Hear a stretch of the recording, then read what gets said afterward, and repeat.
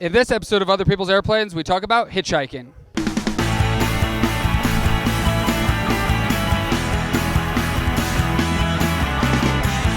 Welcome to Other People's Airplanes, the show that takes you into the cockpit and along for the ride every time we do awesome aviation-related stuff. I'm your host, Damon Favor. In this episode, we talk about one novel concept of traveling around the country and not paying for it. I'm here with Amber Nolan of JetHiking.com. How are you today, Amber? Wonderful. I'm here at Oshkosh. It's the best week in the year, right? Oh, it's amazing, and the weather's been awesome, too, for once. So you have a little bit of an unusual project going. Why don't you explain to the viewers what you do? Well, for the last year and some change, I've been hitchhiking around the U.S. on general aviation aircraft. You're hitchhiking on aircraft. Are these all people you know? No, for the most part, they're people I meet along the way and people I get in contact with. So basically strangers, but now I have a lot of friends. And the goal of your hitchhiking? Well, I'm going to all 50 states, and I'm writing a book about the project. I'm trying to, one, put the word out about budget travel and also about general aviation, hoping to get young people involved, women involved, and just show that flying can be a lot more fun than getting in an airplane and just sitting there waiting to get to your destination. And how many states have you gone to so far? 36. 36 states hitchhiking. Yes. How do you come up with an idea like jet hiking? Well, I do travel writing for a living, and I wanted to see the U.S. in a more unique way, and I couldn't just, get a car and drive around the country. So I started talking with some of the local pilots, and I had a roommate that worked at the airport that said that a lot of pilots were bringing people up just for flights, just to share aviation, and just kind of the wheels started turning, and, I'd heard it was possible to hitchhike on a plane, and so after some urging from local pilots saying this was an awesome idea, I just went for it. Okay, so that answered my next question. You do have a job. Yes, well, I do. I do travel writing for a living, and so I get income around the U.S. as I write articles. But then also, when I run out of money, which happens frequently, I stop and do work either at a restaurant, a hostel. I've worked on a sailboat while it was in dock. I've cleaned boats down in Florida.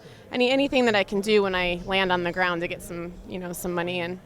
So do you have a home base, or you're literally just a drifter and you have a bag and, I'm thinking stick over the shoulder kind of thing. How do you pull it off? Well, home base is technically Fort Lauderdale, but I put everything into a storage unit, so it didn't really make sense to have an apartment when I was going to be out here. So yeah, right now I haven't been to a home that I can call home for over a year, so I don't really have quite the stick. I have a backpack, but, close enough. And so how do you find these people? You just walk up to people at the airport and say, hey, let's go? Well, lately they've actually been finding me. They've been emailing me or calling me saying, when you get to this state, let me know and I'll see if I can connect you with some people.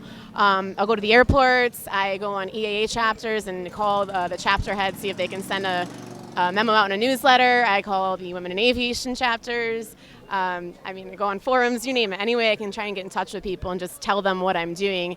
And I find that most people just want to help. They want a reason to fly. They love sharing it. So, have you had any opportunity? Well, not opportunities, but have you had any occasion that you had to do alternate travel methods, car, bus, train, something like that, because you were stuck somewhere and couldn't get a next flight? I've had to go kind of shorter distances from one airport to another on the ground. As you know, once you land on the ground, you got to leave the airport and get around somehow. So I do take city buses as transportation. There's only been one time that I've really been stuck for a long time and had to kind of relocate for all within the same state, but with further distance, partially due to weather and other things. So you're over halfway done with your goal. What's one thing that you've learned in this experience? Well, I definitely want to get my pilot's license. I've learned that there's a whole other side to aviation and this subculture, that it's just a really good community, a really great group of people, and I don't think everybody's aware of it. So I've just learned to and really enjoy flying and enjoy traveling and just roll with whatever comes my way. Any guess on how much longer you have out on the road before you settle down again, or will you? Well, every time I guess, it always gets extended, as I'm sure pilots are aware. Anytime you're flying, you don't assume you're going to get there by a certain time. I've also been pondering the idea of taking this internationally. I've had some people in Australia and Canada kind of hint that I should come up there and do this. So I'd like to get my license first. I'm writing a book about this, so I want to finish the book first before I move on to another project, but it's definitely on the back burner right now. And where can people find out more about your travels and you personally? You can go to jethiking.com. I also have a Facebook account, JetHiking Gypsy. That's my nickname here. And Twitter, I'm just JetHiking. And Facebook and Twitter, I kind of update most often. And with the blog, I try and do it about once a week. I'm a little behind right now, though. I didn't have internet in the last 3 stops. I was out in the mountains. So, but yeah, I try and keep the blog up about once a week. But Facebook and Twitter are kind of your best options for the most up-to-date info on where I am. What's the most interesting place you've been to so far? Oh, man. My favorite place, I loved Louisiana just in general as a state. Off the top of my head, it's tough. Taos, New Mexico actually was also a really, really cool city. I got to do a New Year's Day. I went to a traditional Native American dance at sunrise in the freezing cold, which was something, definitely different than celebrating watching the ball drop. So that was definitely memorable for me. I don't know. I mean, there's something interesting in each place that I go to, and so it's hard to just pick one. Well, thank you for taking the time to talk to us. I appreciate it. No problem. Thanks for having me. Well, there you have it. All you have to do to ride in other people's airplanes and travel all over the country is put your stuff in a storage locker and head down to your local airport. I hope you're enjoying all of our coverage of AirVenture 2013. Head over to Facebook and give us a like. The link is right down here.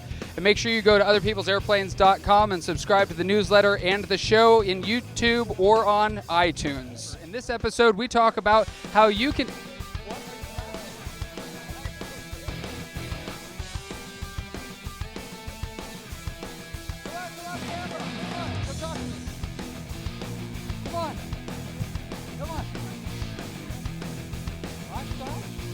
Okay, what's your name? Sue. Sue? Where are you from, Sue? I'm from Caneville, Illinois. Nice to meet you. Is this your first time in Oshkosh? Oh, never.